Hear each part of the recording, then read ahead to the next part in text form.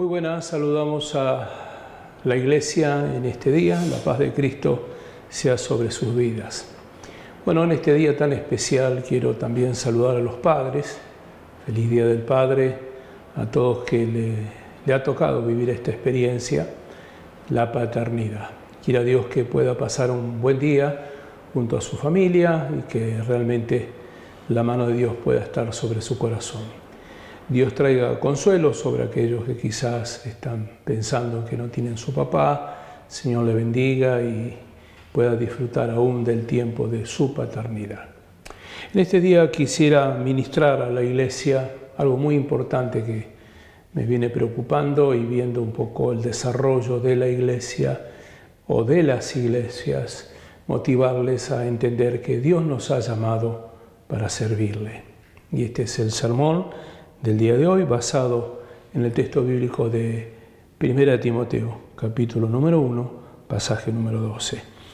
Doy gracias al que me fortaleció, a Cristo Jesús, nuestro Señor, porque me tuvo por fiel, poniéndome en el ministerio. Aquí queda bien claro que el que nos llamó fue Dios. El que nos puso en el ministerio es el Señor. Él nos llamó a nosotros. Hemos reiterado en este tiempo la palabra del libro de Romanos, ¿no? Capítulo número 8 dice que todas las cosas ayudan para bien, ¿no? Aquellos que son llamados por Dios. Pero ahí hay una condición, aquellos que según su propósito, que cumplen el propósito de Dios. Entonces, en este día, a modo de introducción, quiero traer a ilustración la palabra de 2 de Reyes, capítulo 6, pasaje 5. Dice el texto bíblico: y aconteció que mientras uno derribaba un árbol, se le cayó el hacha en el agua y gritó diciendo: «Ah, Señor mío, era prestada». Bueno, esta es una ilustración a modo de introducción, ¿verdad? Estaba trabajando, estaba preparando con buenas intenciones un lugar para el Instituto Bíblico, comandado por Eliseo, el líder de aquel entonces. Y en el entusiasmo de cortar los árboles, alguien no cuidó el hacha, no verificó que el mango estaba flojo y por eso el hierro sale de ese mango y cae en el agua justamente, y obviamente por el peso del hierro se sumerge en el agua.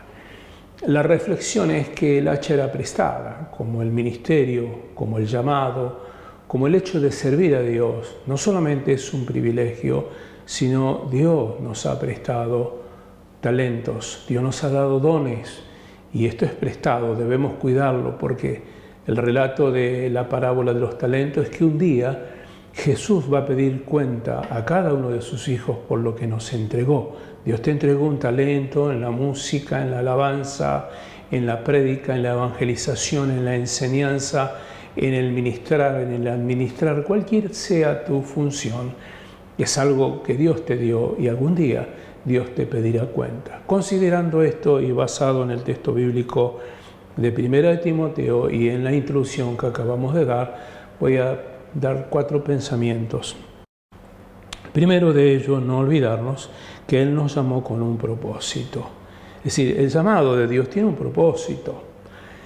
No es algo al azar, no es un plan sencillo. Dios nos llamó con un propósito. Obviamente, sanarnos, liberarnos, bendecirnos y darnos la vida eterna.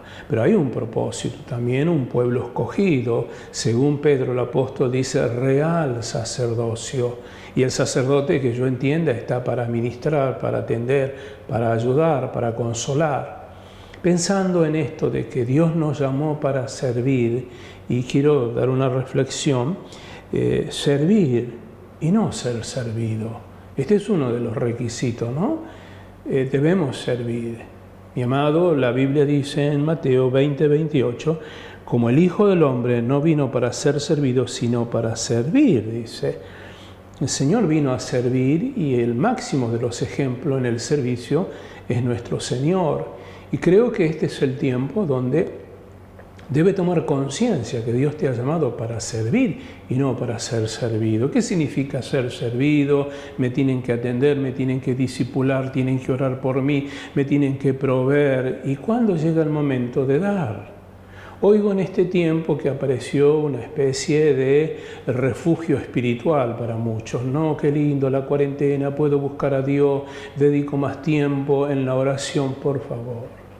Recordemos al máximo de los maestros, pasaba horas en la presencia del Señor, pero dice la Biblia, salió a servir.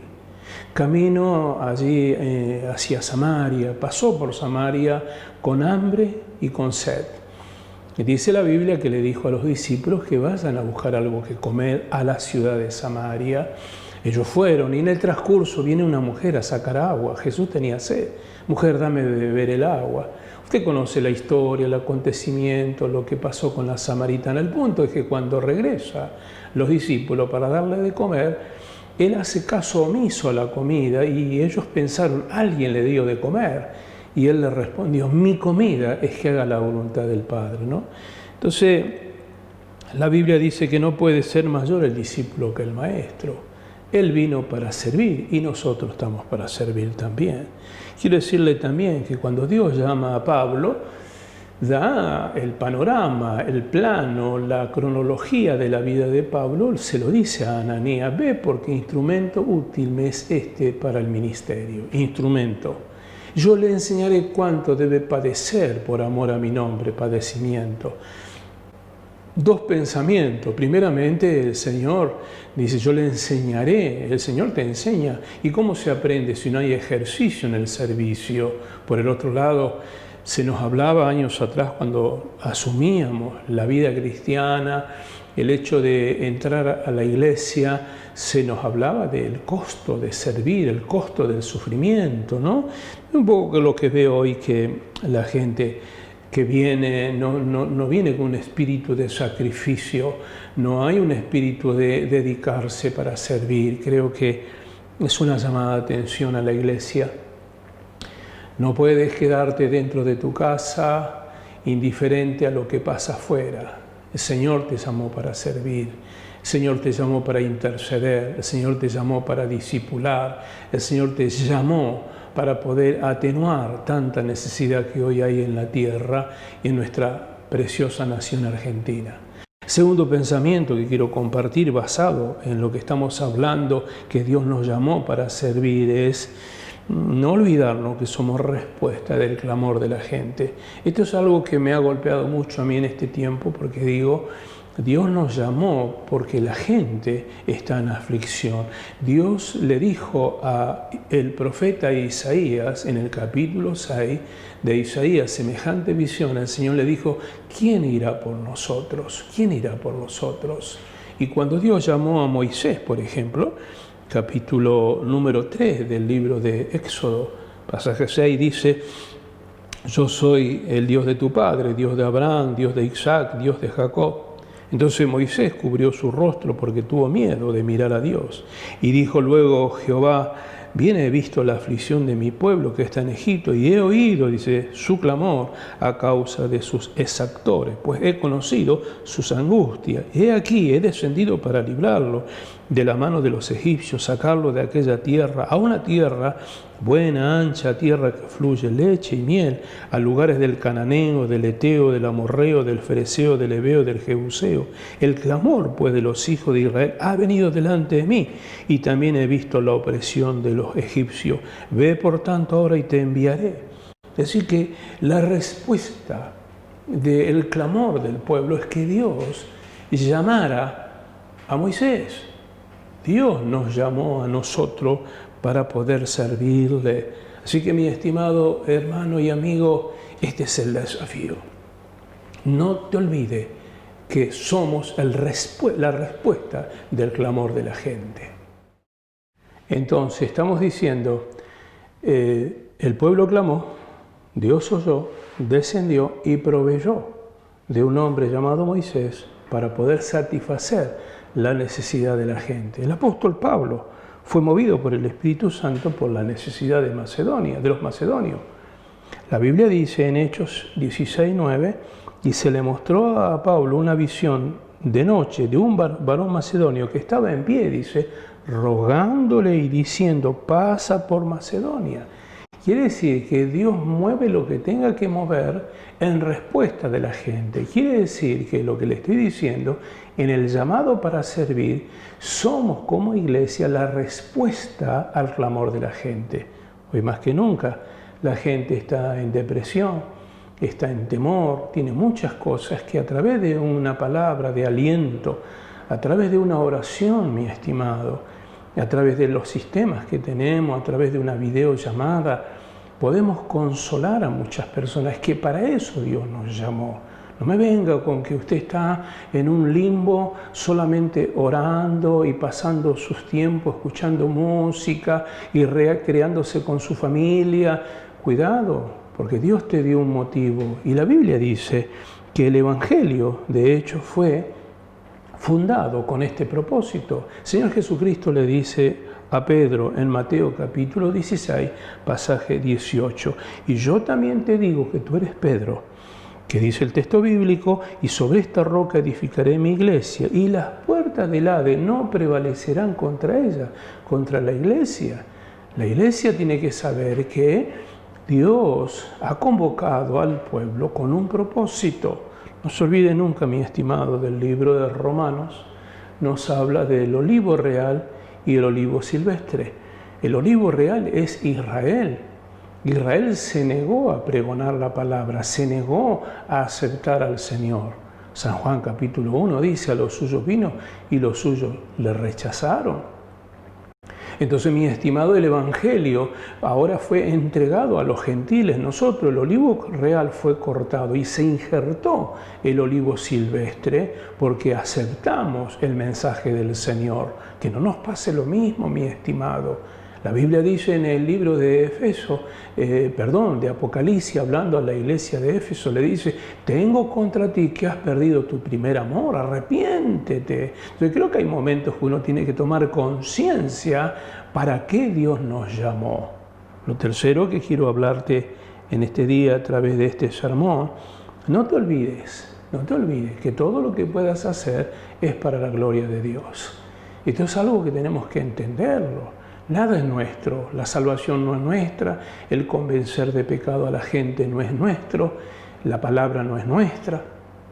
Todo le pertenece al Señor, de pura gracia nos entregó para que pudiéramos administrar, para que pudiéramos ministrar a la gente el poder del Evangelio. Pablo el apóstol le dice a la iglesia de Roma, porque no me avergüenzo del Evangelio, porque es poder de Dios. Pero no es una cuestión propia, es poder de Dios. Dios nos ha entregado su Espíritu para poder dotarnos y poder hacer su obra. ¿Por qué digo esto de que no debemos asimilar el hecho de que es nuestra la obra o rescatar algunos méritos? Considerando lo que acabo de decir, tomo como ejemplo la parábola de los talentos.